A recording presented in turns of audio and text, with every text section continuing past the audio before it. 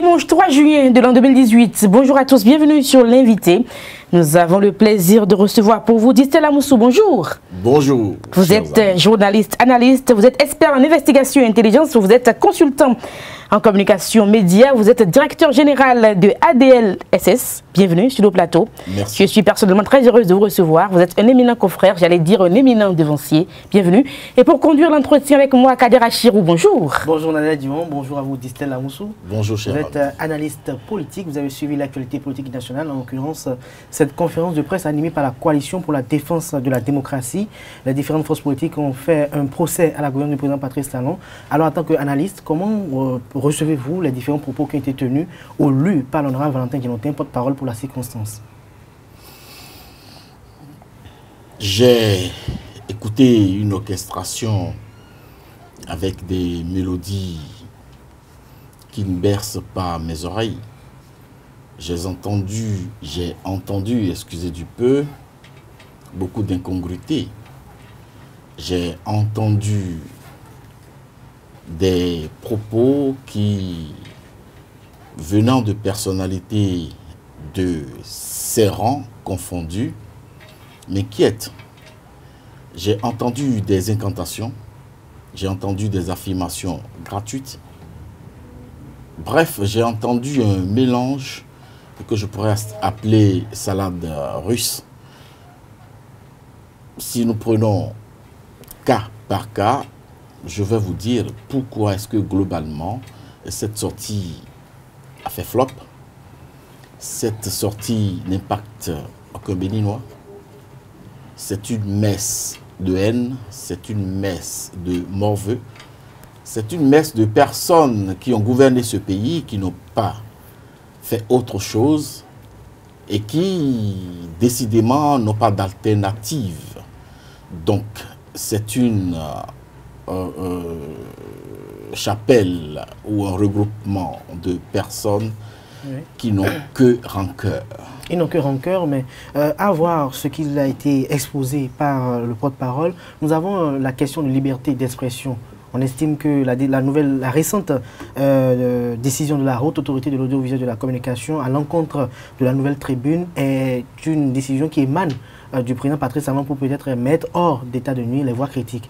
Alors comment percevez-vous cela? Incongruité, comme je le disais, incongruité. Et vous venez de donner un élément illustratif de ce mélange de gens, cette médiocrité dans l'analyse. On aurait pu dire que la fermeture du journal Le Béninois libéré de mon ami Aboubakar Tapou sous le président Boniaï était le fait du président Boniaï. Non, je suis un ardent défenseur des libertés, je suis un ardent défenseur des droits de la presse, d'abord précurseur de la presse libre au Bénin depuis 1990 dans ce pays. J'ai fait la plupart des organes de ce pays et à qui j'ai donné mon savoir-faire pour l'élan. Cela peut se vérifier. Alors, donc j'ai mal. J'ai mal dans ma peau lorsqu'on en arrive à fermer un journal. Je ne suis pas content. Et de mon retranchement pour fête de deuil depuis Diakotomé, parce que j'ai perdu ma jeune sœur, c'est depuis donc là-bas que j'ai appris la nouvelle. J'ai rédigé une chronique pour dire ma désapprobation par rapport à la fermeture, par rapport à une énième fermeture d'organes de presse du fait de cette HAC. Tout le monde connaît ma position par rapport à la HAC en tant qu'entité. Lorsque nous accouchions de cette HAC-là, parce que j'ai été père fondateur de cette HAC, nous avions craint de la mettre sous la coupe de la politique. Mais il nous était venu des difficultés du genre à pouvoir accéder, n'est-ce pas, aux ressources publiques. Donc l'ouverture a été soutenue par des bords donnés et puis nous y sommes. Nous y sommes et cette institution, de façon constitutionnelle, on lui a donné beaucoup de pouvoir. On lui a donné excessivement de pouvoir excessif, j'allais dire. Donc, si cette HAC en arrive à prendre une décision si cet acte, à travers son président, à qui on a la loi, la constitution du Bénin a donné la possibilité de prendre des mesures conservatoires par rapport aux organes de presse, on arrive à apprécier et mettre en exercice cette loi, cette possibilité qui lui est offerte par la Constitution de frapper un journal ou de fermer un journal, on ne saurait mettre ça sous le compte d'un chef d'État. C'est une incongruité. Le dire aujourd'hui, et ceux qui le disent, que lorsque vous les regardez, c'est des gens qui nous ont gouvernés hier. Le dire aujourd'hui, c'est être amené à valider l'idée qui avait couru entre-temps que c'était alors le président Boni Yahi qui avait donc ordonné la fermeture et la radiation du journal Béninois Libéré et de ses journalistes. Non, c'est une incongruité. Maintenant, lorsque nous disons que nous allons défendre avec efficacité la liberté de presse, il faudrait que cette défense soit effectivement efficace. Parce qu'en réalité, un chef d'État dans notre pays est une institution à lui seul. Une institution. On ne saurait l'insulter de façon plate. Il y a toujours une manière ou plusieurs manières de dire les choses.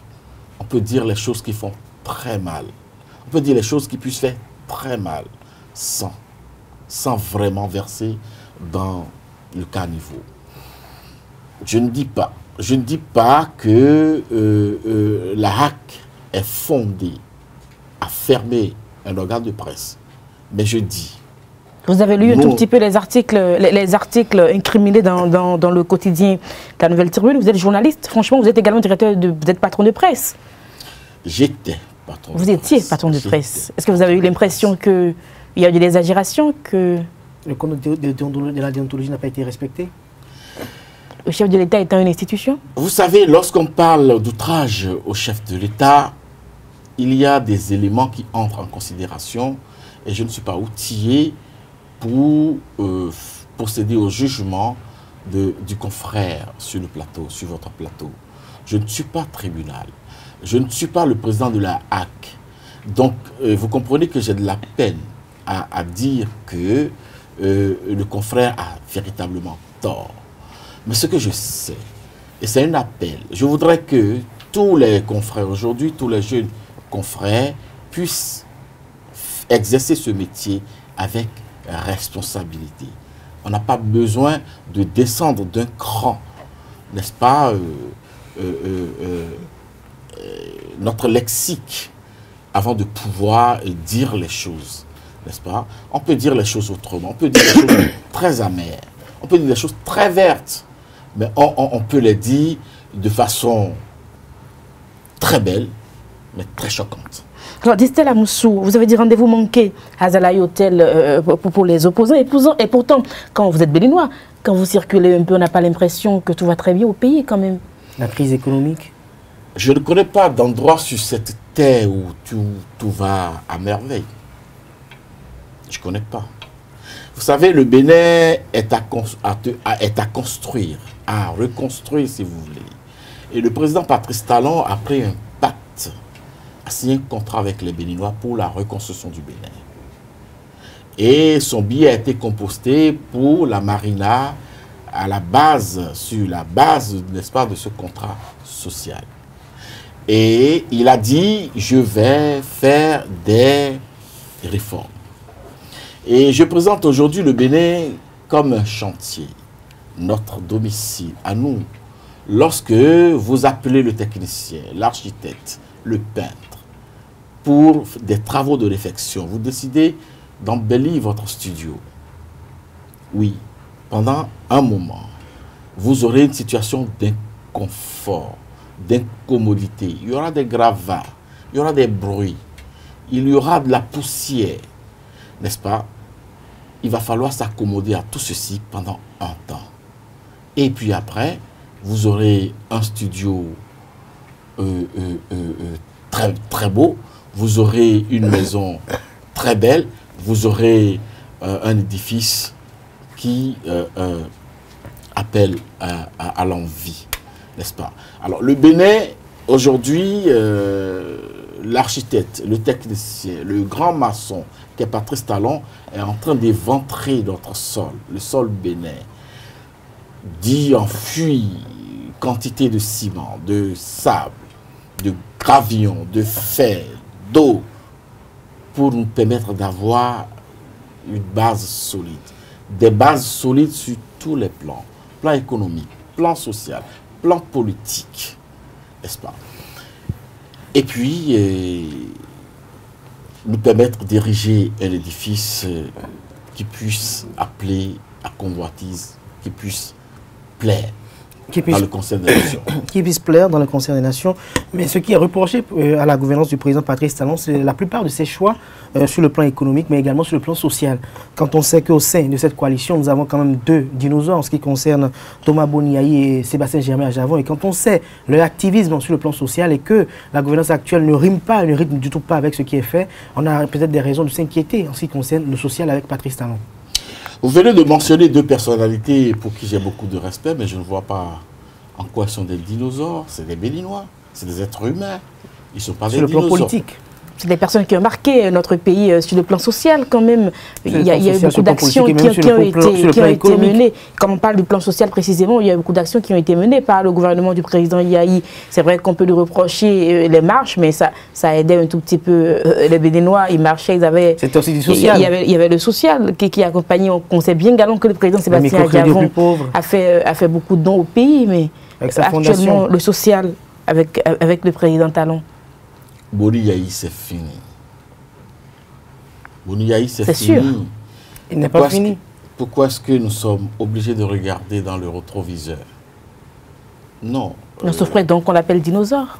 Non, vous ne pouvez pas être en train de conduire un pays vers le développement et avoir les yeux rivés sur votre rétroviseur. Comme le dit mon oncle Bruno Amoussou, vous irez droit dans le mur. Non, tournons la page Boniaï. Le peuple béninois a tourné la page Boniaï. Voyez-vous, Boniaï a tressé une partie de la corde à un niveau donné. D'autres viendront poursuivre, n'est-ce pas, les œuvres de développement de notre pays. Non, je ne veux pas tomber dans ce piège qui consisterait à comparer des personnes. Boniaï a marqué ce pays, il a fait ce qu'il a pu pour ce pays 10 années durant. Et la page est tournée, du moins constitutionnellement. Alors, tout le reste, pour moi, n'est que agitation. Est-ce que vous pensez que le président Talon tient au social?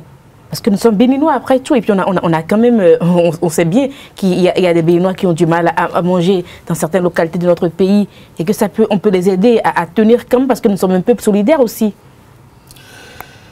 Et oui, le pays va mal, les Béninois ont du mal à manger. Ce discours, je suis en train de l'entendre depuis tout au moins 1990, à l'arrivée du président Soglo. L'économie informelle qui a reçu un coup avec les casses, les déguerpissements et autres, est-ce que cela aussi ne contribue pas véritablement à cette crise économique qui est en train d'être drastiquement mal vue? Il n'y aura pas que de casse au niveau des rues. Il y aura des casses au niveau de nos comportements. Il y aura des casses au niveau de nos automatismes. Il y aura des casses sur nos deals que nous avons l'habitude de faire pour arrondir la fin du mois. Comment est-ce que dans un pays, un agent permanent de l'État qui gagne 280 000 puisse se permettre d'aller louer un appartement de 150 000, d'avoir une femme, 2 enfants et 2 maîtresses? Non, c'est une absurdité. Nous ne pouvons pas asseoir le développement d'un pays sur l'aléatoire.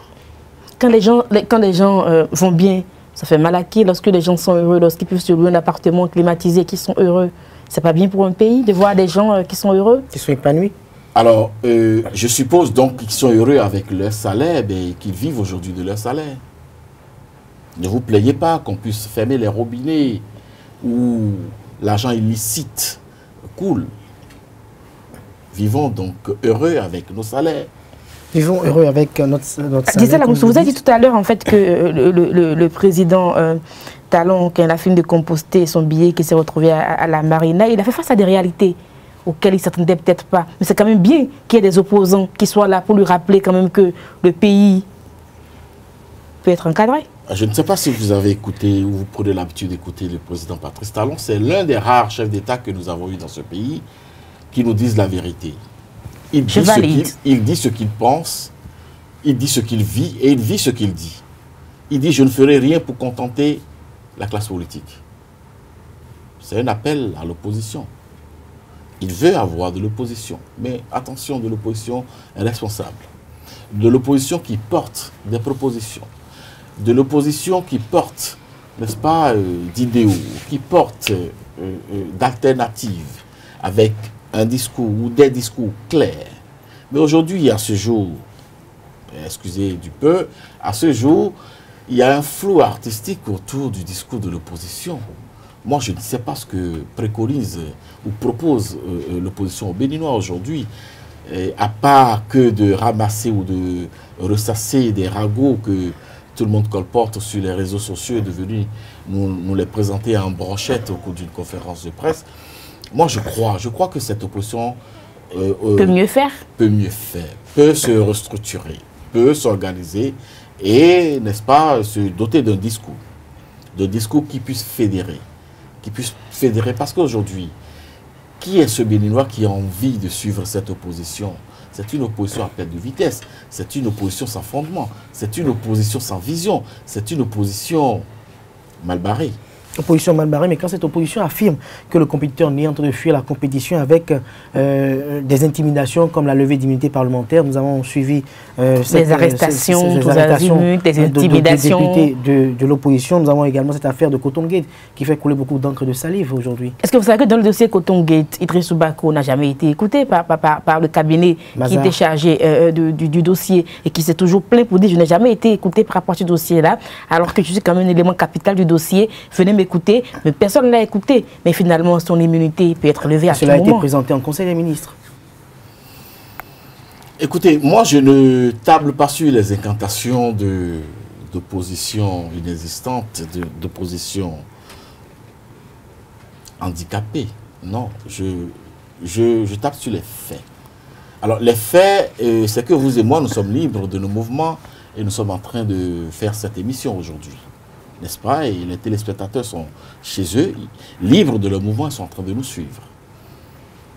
Alors, je ne vois pas pourquoi est-ce qu'ils ne sont pas allés chercher, Patrice Talon et son équipe ne sont pas allés chercher ces téléspectateurs chez eux. Je ne sais pas pourquoi vous n'êtes pas devant la BEF ou vous n'êtes pas devant les tribunaux ou en prison.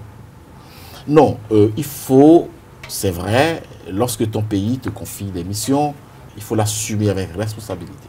Ce n'est pas facile aussi. Alors, il y a des difficultés en toutes choses. Il faut donc assumer ses responsabilités dignement. Et à la fin, développer la culture de compte rendu. Mais lorsque vous n'avez rien à vous reprocher, je crois que nous sommes dans un pays de droit. Il y a des avocats. Mais écoutez, lorsque vous êtes convoqué, vous allez vous présenter avec vos dossiers, vous défendez vos dossiers. S'il y a un gap, s'il y a un point sur lequel il y a querelle, vos avocats feront leur boulot et la justice fera son boulot. Mais on ne peut pas gouverner, on ne peut pas gérer des affaires publiques et se soustraire au contrôle après. Et lorsque le contrôle survient, commencer à crier à la manipulation politique. Mais je dis, il y a problème. Moi, j'ai fait 20 ans dans les rouages du pouvoir d'État. J'ai fait 10 ans sous Kérékou, au sommet du pouvoir d'État. J'ai fait 10 ans sous Boni Yahi, au sommet du pouvoir d'État. Mais pourquoi est-ce que je ne suis pas interpellé? Mais pourquoi est-ce que la BEF ne m'envoie pas une convocation? C'est vraiment parce que je n'ai rien géré. J'ai fait mon boulot en tant que technicien. C'est pour cela que on ne peut pas se recroqueviller, on ne peut pas se cacher sous les rideaux de la partisanerie et détourner, mal gérer le denier public pour demain s'offusquer de ce que le pouvoir ou l'État puisse vous demander des comptes. Non, il y a problème. Comment est-ce que nous voulons éduquer nos enfants lorsque nous refusons de rendre compte?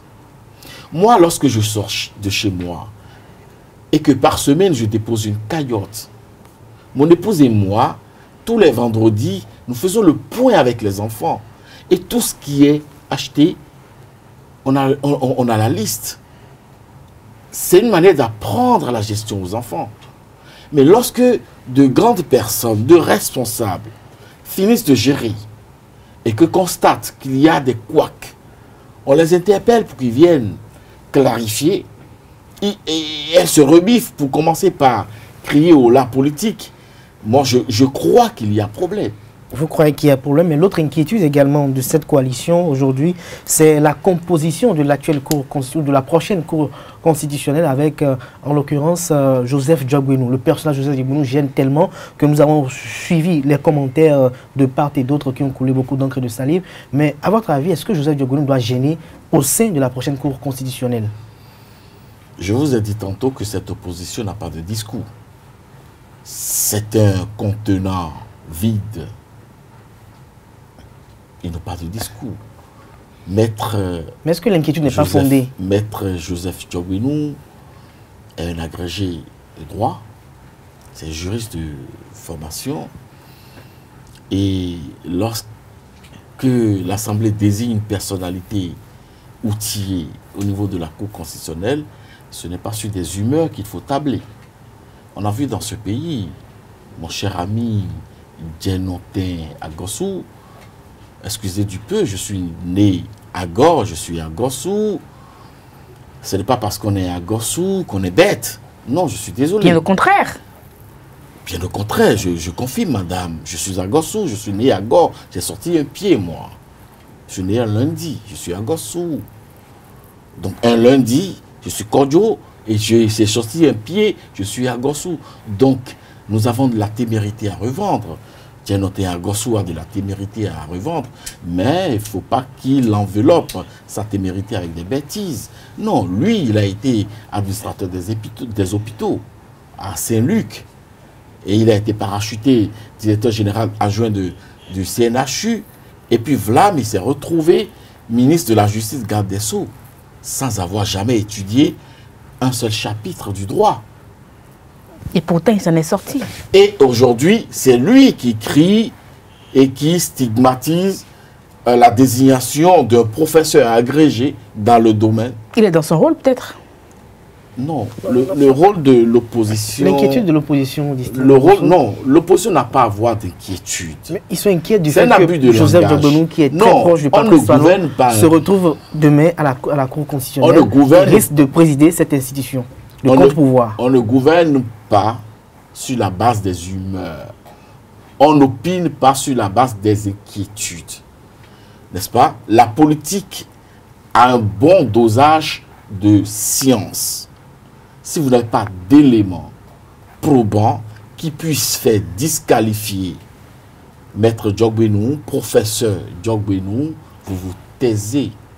Vous ne venez pas devant la caméra prononcer des incantations. Vous distrayez le peuple, peut-être. Vous distrayez l'opinion. Donc, constipez ceux qui veulent vous écouter. Alors Distel, vous avez suivi ce conseil des ministres dans lequel on a cité des directeurs d'école qui auraient détourné quelques sacs de riz.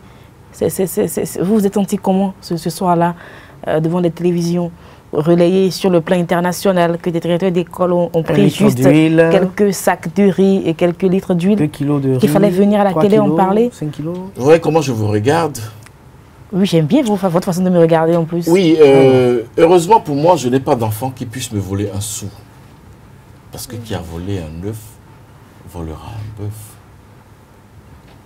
Et c'est malsain que des éducateurs puissent voler. Voler, c'est la soustraction frauduleuse du bien d'autrui. Si j'étais à la place des décideurs de ce pays, ne nous dites pas ce que vous allez faire, ne nous dites pas ce que vous allez faire. Mais ils seront poursuivis et emprisonnés. Poursuivis et emprisonnés. Alors, Distel Amousson, on va parler un peu de l'Assemblée nationale. Vous savez très bien que les législatives approchent et qu'il y a beaucoup de tractations. Alors, comment vous percevez-vous l'Assemblée nationale aujourd'hui? Alors, je voudrais dénoncer un fait. C'est l'absence de l'animation de la vie politique nationale. Il manque de l'activité au niveau des partis politiques de ce pays. Tout le monde a peur, il paraît. Même ceux de la mouvance. Mais même ceux de la mouvance. Mais de quoi devrait... Ceux de la mouvance, ils travaillent, on suppose qu'ils travaillent, sont de plus en plus rares. Je dis, aucun parti politique n'est présent aujourd'hui sur le terrain. Alors, ceci m'amène à dénoncer ce fait, parce que notre Constitution prescrit expressément l'animation de la vie politique aux partis politiques. Mais ils sont complètement absents sur le terrain. Ils ne sont porteurs ni de discours, ils ne sont porteurs ni d'organisation structurelle, et tout le monde est là. On croise les bras. Il y a la FCBE, on a le suivi PLP, avec l'école, l'USL. En tout cas, les forces courir pour un béné émergent, on a suivi que la dernière fois, il y a une école qui a été lancée. Qui est de plus en plus actif. Avec les marches à Porto Novo. Avec les marches de soutien. Alors, au total, on a 3 partis dans le pays. L'USL, FCBE, PLP. PLP, c'est un parti, ça, le Parti pour la libération du peuple de Léon Soumadi. Donc ça ne se confirme qu'ils sont régulièrement autorisés. Je sais quand même que les FCB font des efforts. La question que je me pose, c'est que jusque-là, vous ne citez que 3 à 4 partis. L'USL. Oui, je dis. Reprenez la liste si vous voulez. L'USL. Donc vous allez répondre FCB. Non. On va laisser. Non, j'observe simplement que les partis politiques n'animent pas la vie politique dans le pays. Il y a problème. Et nous sommes à 2 doigts des élections. C'est compliqué quand même. Alors, quelle est l'idéologie qu'ils prônent? Quel est le discours qu'ils prônent? Quelles sont les alternatives qu'ils proposent? C'est quoi leur programme? Nous n'aurons aucun de ces éléments. Et puis, à la veille ou à l'avant-veille des élections, nous allons commencer par avoir des groupes folkloriques, des animations folkloriques dans le pays. Et puis l'argent, on va commencer par les distribuer. On va distribuer des sacs de maïs, on va distribuer des paquets de ciment, des feuilles de tôle. Béninois, béninoise, lorsque tu vas élire un député, lorsque tu vas vendre ton vote par rapport à ces prébendes, par rapport à ces pacotilles, tu auras des personnalités, tu auras des députés qui vont te voler. Et c'est cela qu'on assiste aujourd'hui. Regardez ce qui se passe par rapport au siège de l'Assemblée. Des députés qui volent, des députés qui détournent le denier public. Parce que c'est quoi? Ils vont s'endetter, ils vont même faire des prêts à usure, ils vont vendre leur maison pour venir vous les partager. Et lorsqu'ils ont le macaron, ils se retrouvent à Porto Novo, eh bien, il faut qu'ils restituent les fonds qu'ils ont empruntés. Il faut qu'ils payent. C'est comme ça qu'ils commencent par produire des dossiers pour avoir des marchés occultes. Ils commencent par voler le pays. Lorsque Béninois, Béninoises, vous vous réveillez et que vous allez vous aligner sur les bancs, sous les paillotes au domicile des personnalités, des députés, ces personnalités vont vous voler. Donc, il faut que le vote soit désormais un vote de conviction. Sur quelle base je vote pour telle liste? Sur quelle base je vote pour telle personnalité? Tout à l'heure, Dicel Amoussou, vous étiez en train d'évoquer le fait que l'animation de la vie politique soit plus ou moins terne, mais est-ce que cela n'est pas dû au fait que tous les robinets sont fermés de part et d'autre et à telle enseigne qu'on ne peut pas quand même faire la politique les menus? J'aimerais être plus précise. Alors, si vous devez comparer, si vous devez comparer avec le temps, il y a 10 ans, vous qui avez été quand même à un niveau très élevé dans l'appareil de l'État et tout ça, si vous devez comparer, il y a 10 ans en arrière, il y a 20 ans en arrière, comment ça se passait? Parce que la vie politique n'était pas animée. Qu'est-ce qui n'a pas marché? Il y avait justement ce que votre confrère a appelé tantôt les robinets. Et comme l'a déclaré le président Patrice Talon aux bonnes dames de l'Akpakpa de Domaine, Namikweo et Djemia. Namikweo et Djemia. Ah, ça dépend, ça dépend. Non. Ça dépend. Non, on travaille. Le président me l'aurait dit, que je lui aurais dit que ça dépend. on travaille. Si c'est lui qui donne, ça peut me dire quand même. Allez-y. On travaille pour mériter ce qu'on a. on gagne dignement. Comme ça, on en jouit avec beaucoup de fierté. Est-ce que vous voyez? Non, les robinets ont toujours existé. Voyez-vous, et aujourd'hui, le président Patrice Talon dit « Je ne veux rien faire pour contenter la classe politique ». Donc, les partis doivent retrouver leur fonctionnement normal. Un parti politique, c'est quoi? C'est des cotisations de membres. C'est des cotisations de membres. Mais les membres vont trouver l'argent où? Les membres ont des revenus. Le menuisier a des revenus. Le maçon a des revenus. Le fonctionnaire a son salaire. Voyez-vous, un parti politique, c'est des cotisations, c'est des dons, c'est des legs. C'est ça, les ressources. Ça, les ressources de partis politiques. Les partis politiques, ce n'est pas les bâtitch, ce n'est pas les dessous de table. Ce n'est pas l'argent de la fraude ou du vol. Donc, apprenons à avoir des partis politiques dans ce pays. Il y a des militants que j'appelle les militants multipartistes. C'est-à-dire qu'ils sont dans PRD, ils sont dans Union fait la Nation, ils sont dans FCBE, surtout les bons danseurs des champions dans ça. Et j'ai vécu ça à Porto Novo. C'était le président Bruno Amoussou lors d'une campagne et qui a marqué une pause, je crois, d'Angbo ou quelque part, et puis ils sont allés à Sakété, et de leur retour, ils observent que c'est les mêmes bâches, les mêmes équipes qui étaient là. Il demande à celui qui était à côté de lui, mais attends, ce sont les nôtres, non? Pourquoi ils sont encore là? Et il demande au chauffeur de ralentir, il appelle l'un d'eux, dit pourquoi vous êtes encore là? Et le gars lui répond, non, mieux d'Otoé, donc, aïe. Alors, lorsque vous vivez, vous ne faites pas bien de parler de ma ville quand même, allez-y. Ça leur permet de profiter quand même, ces campagnes électorales. Désolé, mais voilà. Donc, lorsque vous vivez la vie politique de cette façon, eh bien, vous êtes conduit à l'abattoir.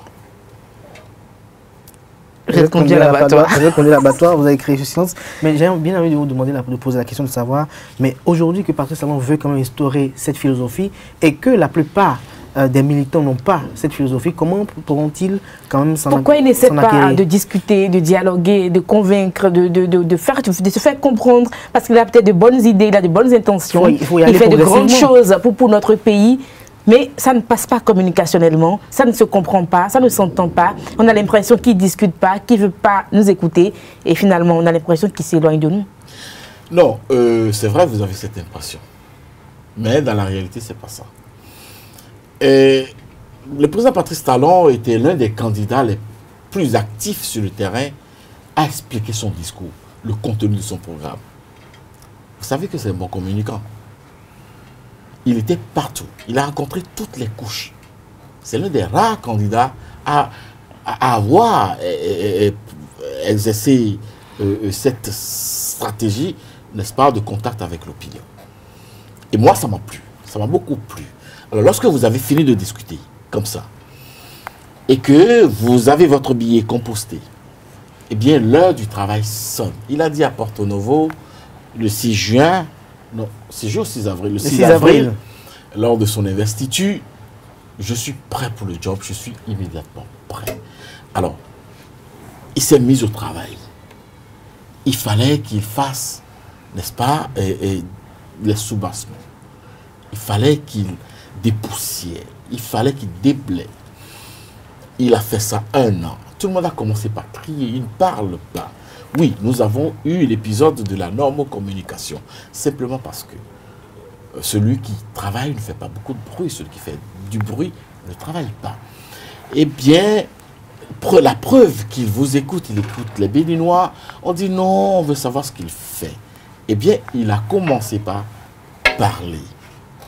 Il a commencé par faire parler ses collaborateurs, les ministres de son gouvernement. On dit non, le président Patrice Talon n'a pas d'amis, il ne sort pas, nous avons une diplomatie terne et que nous sommes à la maison, personne ne nous rend visite, ne rendons visite à personne.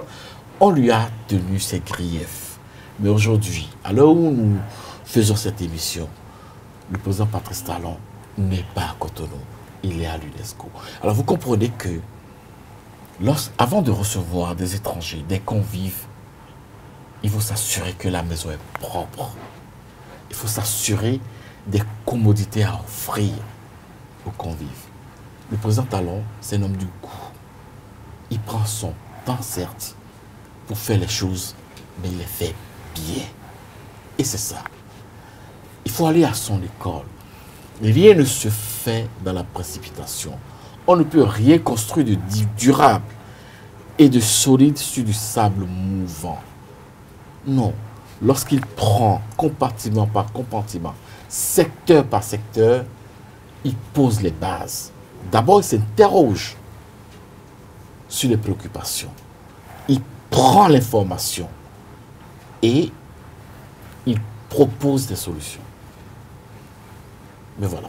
Et vous avez quelque chose à dire, nous sommes presque à la fin de l'entretien, Kader Achirou? Non, ma dernière question, c'était peut-être de demander encore à Distel que les Béninois sont quand même d'accord que Patrice Talon est en phase ou peut-être dans la dynamique de vouloir changer le Bénin. Mais ce qui est reproché beaucoup plus, c'est la méthode qui allait un peu brutale, un peu brusque. Alors, lorsque vous avez un pied gangréné et que le spécialiste, on les appelle le traumatologue, arrive et qu'il fait l'analyse et qu'il pose le diagnostic et qu'il doit vous couper la jambe, vous le trouvez méchant. Eh bien, les Béninois qui doivent se départir de certaines pratiques... Il faut quand même une anesthésie d'abord. Les Béninois qui doivent se départir de certaines pratiques, des automatismes qui freinent le développement, le trouvent aujourd'hui comme le médecin qui veut leur couper la jambe, qui ferme les robinets. Non, il vaut mieux pour vous, il vaut mieux pour nous au Bénin que le dentiste nous arrache cette dent qui nous embête et nous empêche de dormir, que de nous empiffrer de calmants. Réglons les problèmes définitivement, réglons les problèmes à la racine et nous aurons la paix demain. C'est votre mot de fin, Distel Amoussou? Si vous le voulez, je dirais aux Béninois que ce mois est un mois où il faut planter de l'arbre. Je nous invite à faire comme moi. Il faut que chacun puisse planter un arbre, le maintenir pour qu'à l'année prochaine, il y ait d'autres arbres et que le Bénin puisse fleurir d'arbres. Parce qu'en réalité, nous avons un challenge par rapport au réchauffement climatique. Et ce travail ne saurait être le travail d'un seul État. C'est tous les Béninois qui sont concernés. Donc, levons-nous à la fin de cette émission et que chacun, tout le long de ce mois, puisse planter un arbre.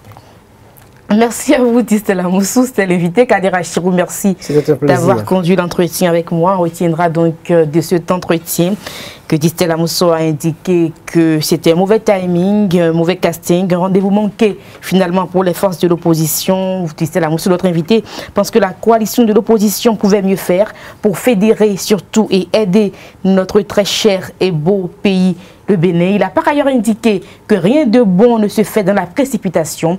Il faut donc comprendre la logique Talon. On ne peut construire rien de durable sur du sable mouvant. Réglons donc les problèmes définitivement plutôt que de les régler de façon partielle, a indiqué donc l'invité de ce dimanche. Et puis enfin, Distel Amoussou nous a invités à planter des arbres pour que le Bénin puisse fleurir en arbres. C'est bien ça.